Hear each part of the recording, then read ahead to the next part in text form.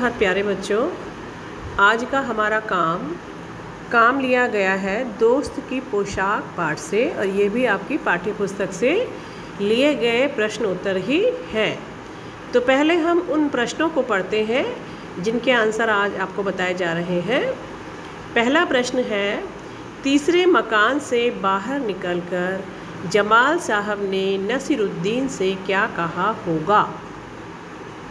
अगला प्रश्न है, जमाल साहब अपने मामूली से कपड़ों में घूमने क्यों नहीं जाना चाहते होंगे।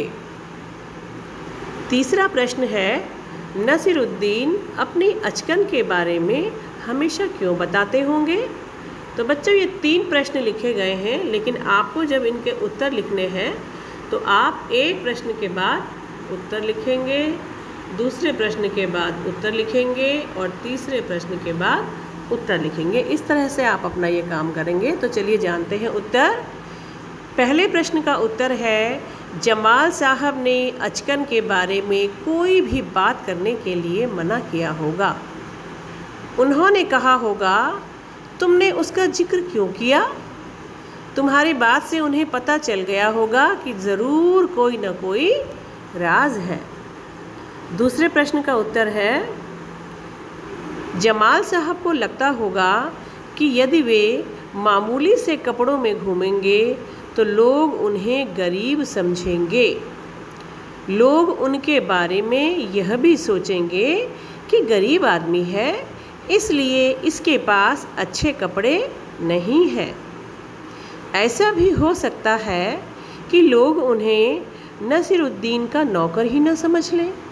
अतः जमाल साहब अपने मामूली से कपड़ों में घूमने नहीं जाना चाहते होंगे। अब तीसरे प्रश्न का उत्तर समझते हैं। तीसरे प्रश्न का उत्तर है, नसीरुद्दीन मजाकिया इंसान थे। वे अपने दोस्तों से अपनी अचकन के बारे में अक्सर मजाक करते होंगे। वह दोस्त को यह समझाना चाहते होंगे कि आदमी अपनी पोशाक से नहीं, अपने गुणों से पहचाना जाता है।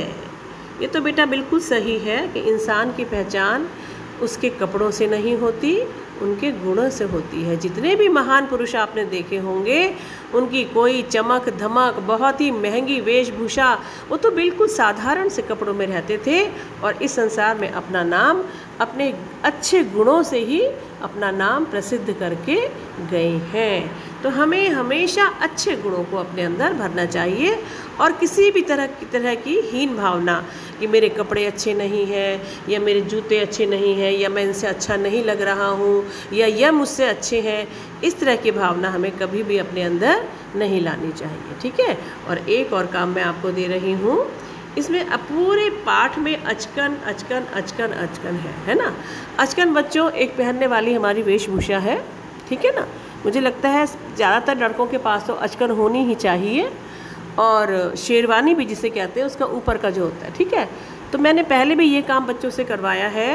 अपनी कॉपी पर अपनी पसंद से अचकन ड्रॉ करिए और उसको अपनी पसंद से जो भी आप डिज़ाइन देना चाहते हैं वो डिज़ाइन बनाइए। मेरे बच्चे जो पुराने होते थे वो तो बनाते थे, उसे फिर एक गत्ते में उसका मतलब काटते थे अचकन बना के, और उससे पूरा सितारों से, कई बच्चों ने तो कपड़ा तक लगाया है उसमें। पता इतना अगर आप नहीं भी कर पाएंगे तो एक अच्छी सी अपनी पसंद की अचकन को आप ड्रॉ करिए और इन प्रश्नों को आप लिखेंगे, और लिखने के बाद आप बहुत अच्छे तरीके से याद भी करेंगे। बच्चों, याद करना बहुत ज़रूरी है। पाठ को बार बार पढ़िए। रीडिंग इम्प्रूव होना बहुत ज़रूरी है। मात्राओं का अभ्यास करिए, छोटे छोटे वाक्य बोलिए और लिखिए और प्रैक्टिस करिए। ठीक है। तो हम जो है अपना काम आज का ख़त्म करते हैं। अपना ध्यान रखिए, अपने परिवार का। ठीक है। मज़े भी करिए, बट अपना ध्यान भी आपको रखना है। ओके।